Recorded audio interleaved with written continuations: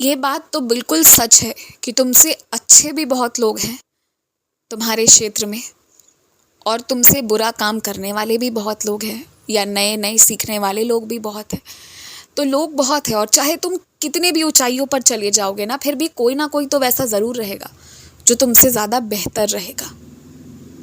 लेकिन उसमें और तुम में फ़र्क यही रहेगा ना कि तुम्हारी इच्छा शक्ति, तुम्हारा परिश्रम ही तुम्हें उन लोगों से भी अलग कर देगा जो तुमसे भी बेहतर थे, लेकिन उन्होंने उतना परिश्रम नहीं किया।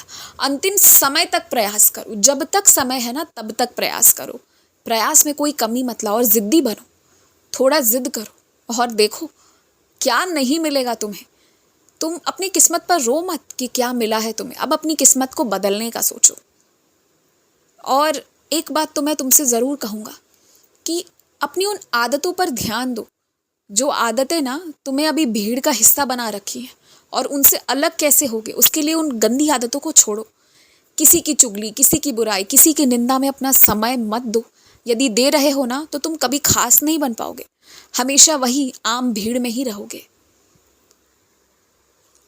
दूसरे पर समय देने की बजाय अपने ऊपर समय दो, अपने आप को अच्छा बनाओ। हाँ, जहाँ बात सेवा भक्ति भाव की है वो करो, पर वो अलग बात है।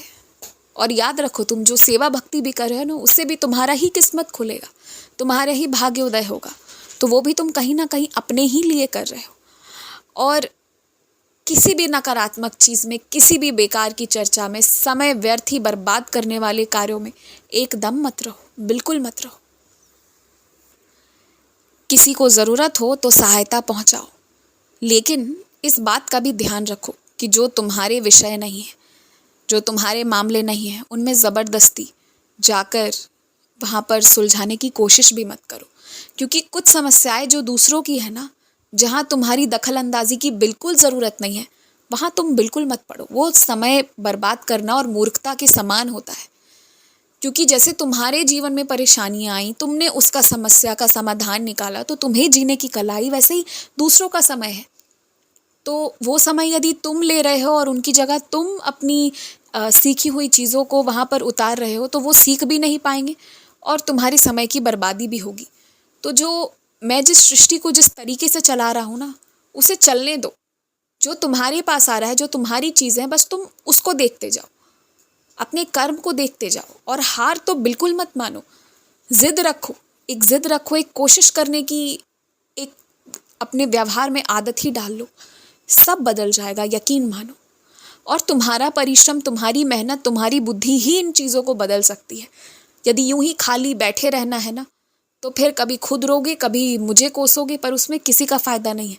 मैं तुम्हें खूब आशीर्वाद दे सकता हूँ, मैं तुम्हारे लिए सारे रास्ते खाली कर सकता हूँ कि तुम सीधे पहुँच जाओ, मैं तुम्हें सीधे रास्ते से ले जा सकता हूँ।